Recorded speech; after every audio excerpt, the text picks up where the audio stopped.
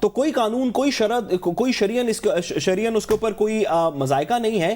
لیکن جہاں پہ آپ پی آئی اے کو اتنی بڑی سبسڈی دیتے ہیں، آپ سٹیل مل کو اتنی بڑی سبسڈی دیتے ہیں، آپ دیگر ریاست کے اداروں کو، ریلویز کو اتنی بڑی سبسڈی دیتے ہیں، 4 ارب روپیہ آپ کو پتا ہے کہ پی آئی اے کے 1 کوارٹر کی سبسڈی سے کم ہے. 1 کوارٹر کی سبسڈی سے کم ہے، جو صرف ڈومیسٹک فلائٹ لاہور کراچی اسلام آباد کی فلائٹس ہیں اس کی سبسڈی سے کم ہے. ایسی سچویشن کے اندر شرعی طور کے اوپر شرعی طور کے اوپر آپ کی دلیل پہ آفرین ہے. میں ایک جملہ پورا کر لوں. جملہ پورا کر لیں. انتظامی معاملات میں ہونے والے خرچے کو جملہ پورا آپ حد سے ملا رہے ہیں. نہ میں آپ کی شرعی دلیل کے اوپر تو بالکل بھی آپ سے ڈس ایگری نہیں کر رہا. میں کہہ رہا ہوں کہ ریاست نے اپنے پاس کلیکٹڈ پیسے کو، ایک سیکنڈ، کلیکٹڈ پیسے کو ڈسٹریبیوٹ کیا کہ ہم یہاں پہ سبسڈی دیں گے، یہاں پہ نہیں دیں گے، یہاں پہ دیں گے، یہاں پہ نہیں دیں گے.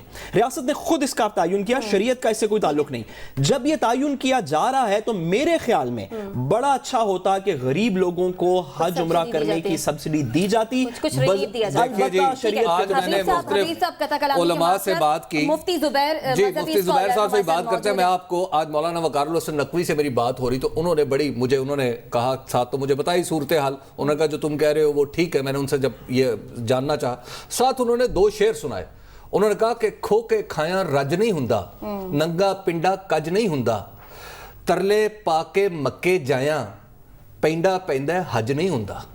بات یہ ہے کہ پھر آپ سفر ہی کرتے ہیں، حج نہیں کرتے. کس کا حج ہوا نہ ہوا یہ ہم نہیں جانتے. مفتی زبیر صاحب آپ بتائیے گا بحیثیت مذہبی اسکالر، آپ کی نظر میں موجودہ حکومت کا یہ اقدام کہ سبسڈی ختم کر دی جائے گی، نہیں ملے گی، درست ہے یا غلط؟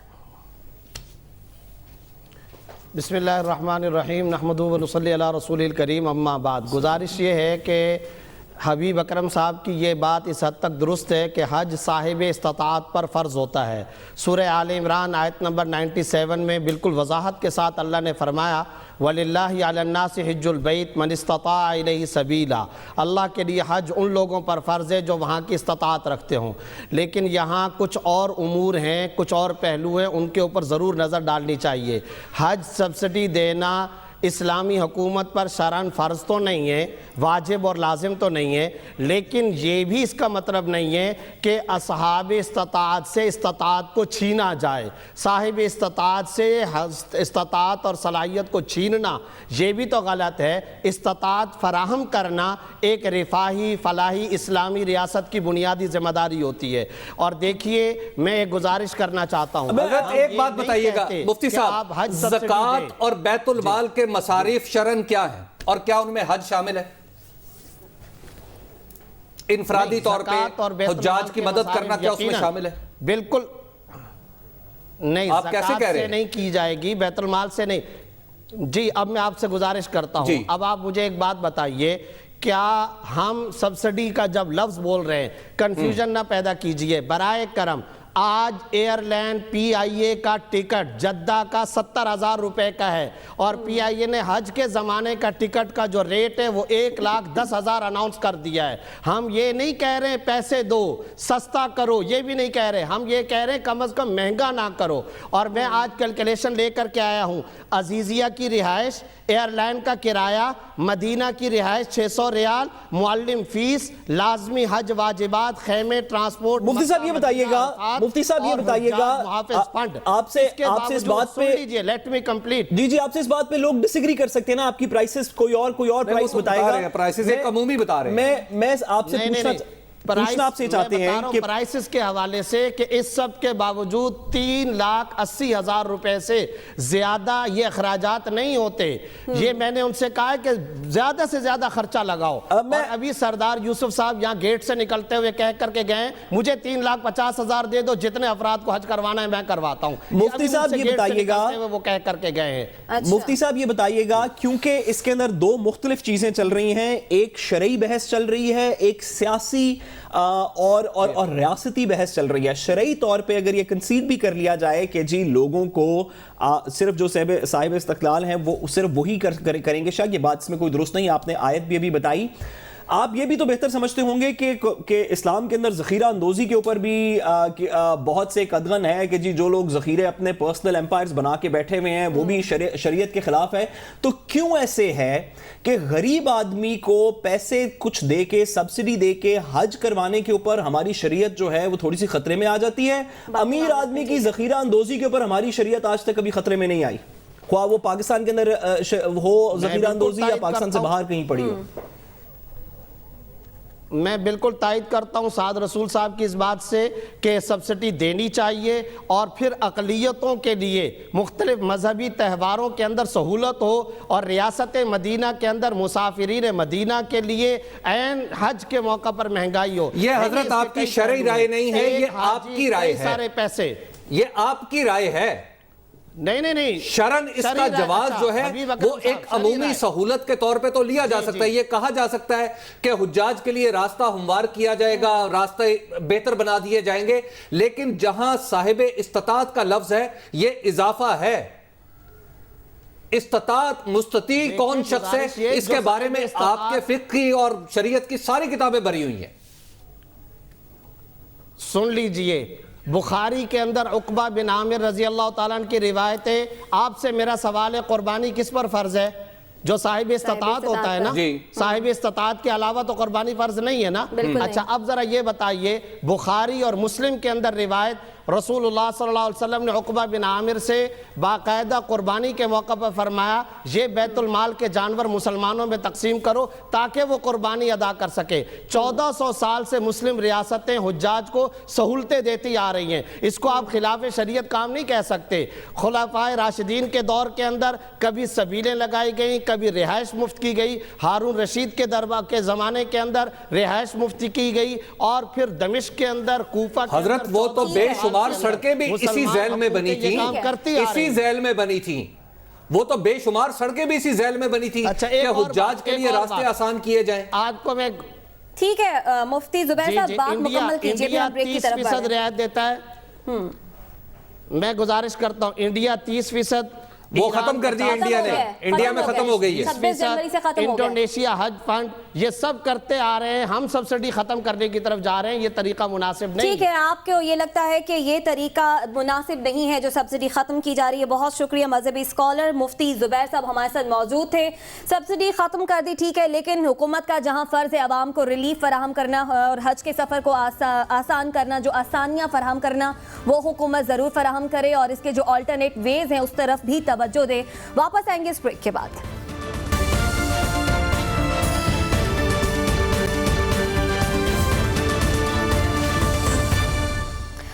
ویلکم بیک ناظرین, گفتگو کا آغاز کریں گے. حبیب اکرم صاحب آپ کچھ بتانا چاہ رہے تھے کہ خرچہ حج کے حوالے سے ایک بات عرض کرنا چاہ رہا تھا کہ پچھلی دفعہ حج کا خرچہ سبسڈی ڈال کے کچھ 3,20,000 روپے تھا, اور 3,20,000 روپے کو اگر ڈالر ڈینومینیٹ کریں تو 110 روپے کے حساب سے آج 139 روپے کا رفلی, اور 4,26,000 خرچہ ہے ساؤتھ کے لوگوں کے لیے, یعنی کراچی سے جو لوگ حج کریں گے, اور وہ لوگ جو لاہور سے یا پشاور سے جائیں گے ان کے اوپر 4,36,000 روپے ہے بیکاز آف یہ جو ایئر ٹریول, ایئر فیئر.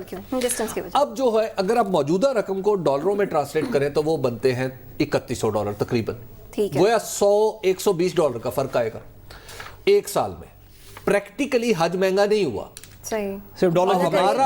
ہمارے جو روپے کی قدر کم ہوئی ہے, کچھ ایئر فیئر میں اضافہ ہوا ہے, ٹھیک ہے, اور اس کے ساتھ ساتھ پھر کچھ پیٹرول کی قیمتیں ہیں, کچھ لینڈنگ پرائسز ہیں, بے شمار چیزیں ہیں جن کو سامنے رکھتے ہوئے آپ کہہ سکتے ہیں کہ جناب یہ اتنا تھوڑا سا اضافہ ہے اور یہ کوئی زیادہ نہیں ہے. اور یہ جہاں تک دعویٰ ہے نا کہ مجھے دے دو 3.5 لاکھ روپے میں آپ کو حج کرا دوں, یہ بس دعویٰ ہی ہوتا ہے. اچھا, یہ انتظام کرنا ہوتا ہے لوگوں کا مجموعی طور پہ, وہاں پر جا کے ان کی دیکھ ریکھ کرنی ہوتی ہے, پھر ان کو واپس لانا ہوتا ہے. اور یہ جو جہاز والے ہیں جتنے بھی ہماری پی آئی ہے, اس کے اوپر مالیاتی بوجھ پڑتا ہے. نہیں درست بات ہے، ابھی صاحب کی بات درست ہے. میں صرف ایک جملہ کہوں پھر ہمیں اگلے ٹاپک کی طرف جانا ہے. ایک ایسی حکومت، ایک ایسی ریاست، میں صرف اس حکومت کی بات نہیں کروں گا، ایک ایسی ریاست جو کہ اربوں روپیہ ایڈورٹائزمنٹس کے اندر خرچ کرتی ہو، اربوں روپیہ جو ہے وہ حکمران کی دیکھ بھال کے اندر خرچ کرتی ہو، اربوں روپیہ جو ہے وہ لوگوں کی گاڑیوں میں بلٹ پروفوں کے اندر پیٹرولوں کے اندر خرچ کرتی ہو، وہ یہ کہے کہ میں 4 ارب کے پیچھے غریب آدمی کو حج کرنا مشکل کر دوں گی. شریعن ہو سکتا ہے بات درست ہو، اخلاقاً یہ بات بھائی غریب آدمی پہ حج فرض نہیں ہے میرے بھائی. اس نقطے کو کیوں نہیں سمجھتے؟ صاحب استطاعت پہ حج فرض ہے، صاحب استطاعت سے ہی تفتیش ہونی ہے، اس سے پوچھا جانا ہے. جو صاحب استطاعت نہیں ہے، اور اس کے لیے میرا خیال ہے جو شخص بھی حج کی خواہش رکھتا ہو وہ اپنے قریب ترین عالم کے پاس جائے اور اسے کہے کہ حضرت آپ مجھے بتائیں کہ حج کی شرائط کیا ہیں، وجوب کی شرائط کیا ہیں. آپ انٹرنیٹ پہ چلے جائیں، وجوب کی شرائط پڑھیں. کہ حتیٰ کہ بعض علماء اس معاملے میں اتنے سٹرکٹ ہیں کہ وہ یہ کہتے ہیں کہ آپ اگر اپنے لواحقین کے لیے مناسب پیسے نہیں چھوڑ کے جاتے تو بھی آپ پہ حج فرض نہیں. ٹھیک ہے، بہرحال آگے بڑھتے ہیں، اپنے اگلے ٹاپک کی جانب بڑھتے ہیں. معاملہ یہ ہے کہ 18ویں ترمیم کا معاملہ ایک بار پھر سرگرم ہے. پاکستان پیپلز پارٹی کو ایسا لگتا ہے کہ پاکستان تحریک انصاف 18ویں ترمیم پر حملے کر رہی ہے اور 18ویں ترمیم کو ختم کرنا چاہ رہی ہے. تو بلاول بھٹو زرداری صاحب اس پر کیا فرما رہے ہیں، پہلے وہ دیکھ لیتے ہیں. پاکستان پیپلز پارٹی 1973 کی آئین اور دی 18th امینڈمنٹ کی تحفظ کے لیے بھرپور سیاسی جدوجہد کرنے کے لیے تیار ہے. ہم ہر فورم استعمال کریں گے، ہم پارلیمانی فورم استعمال کریں گے، ہم ریویو میں جائیں گے جن فیصلوں کے خلاف ہم سمجھتے ہیں کہ یہ فیصلے جو ہے یہ 18ویں آئین کو انڈرمائن کرتے ہیں، ہم ان کے خلاف ریویو میں جائیں گے. اگر ہمارے انسٹیٹیوشنز کو چھیننے کی کوشش کرتے ہیں تو پھر میں لانگ مارچ بھی کرنے کے لیے تیار ہوں، مگر میں 1973 کی کانسٹیٹیوشن کو اور 18th امینڈمنٹ پہ آنچ نہیں آنے دوں گا. تو پیپلز پارٹی تو جناب لانگ مارچ کے لیے بھی تیار ہے، لیکن اس پر حکومتی موقف کیا ہے وہ دیکھ لیتے ہیں. 18ویں ترمیم سے پہلے اور بعد کی جو ڈسٹریبیوشن ہے وہ بڑی مختلف ہے. پہلے وفاق کے پاس بہت پیسہ ہوتا تھا، اب ہر 10 روپے میں سے جو 6 روپے ہیں وہ وفاق صوبوں کو ٹرانسفر کر دیتا ہے اور 4 روپے وفاق کے پاس واپس بچتے ہیں. 18ویں ترمیم 100 سے زیادہ آرٹیکلز ہیں جن میں امینڈمنٹس ہوئی ہیں. اب کئی امینڈمنٹس ہیں جو بہت اچھی ہیں، مثلا جس میں صوبے امپاور ہوئے ہیں وہ بہت اچھی ترامیم ہیں. بعض ترامیم ہیں جن سے بڑا نقصان ہوا. کچھ ایسی چیزیں ہیں جن کے اوپر نیگوسیشنز کرنی چاہیے. مراد علی شاہ صاحب کو کہیں کہ آپ نے جو ہے وہ پچھلے 10 سالوں میں اتنے پیسے کھائے ہیں، وہ کہتے ہیں ہم نے 18ویں ترمیم نہیں بدلنے دینی. زرداری صاحب کو کہیں جناب آپ نے کوئی 70,000 کروڑ روپیہ آپ کھا گئے ہیں، پیسے آپ کے سندھ میں جا رہے تھے نکل لندن امریکہ میں رہے ہیں، وہ کہتے ہیں 18ویں ترمیم ہم نے نہیں بدلنے دینی. اگر آپ سوچیں بھی تو جب تک پارلیمنٹ کے اندر ایک کنسنسس نہیں ہوگا تینوں پارٹیز کا تو ترمیم پاس کیسے ہوگی؟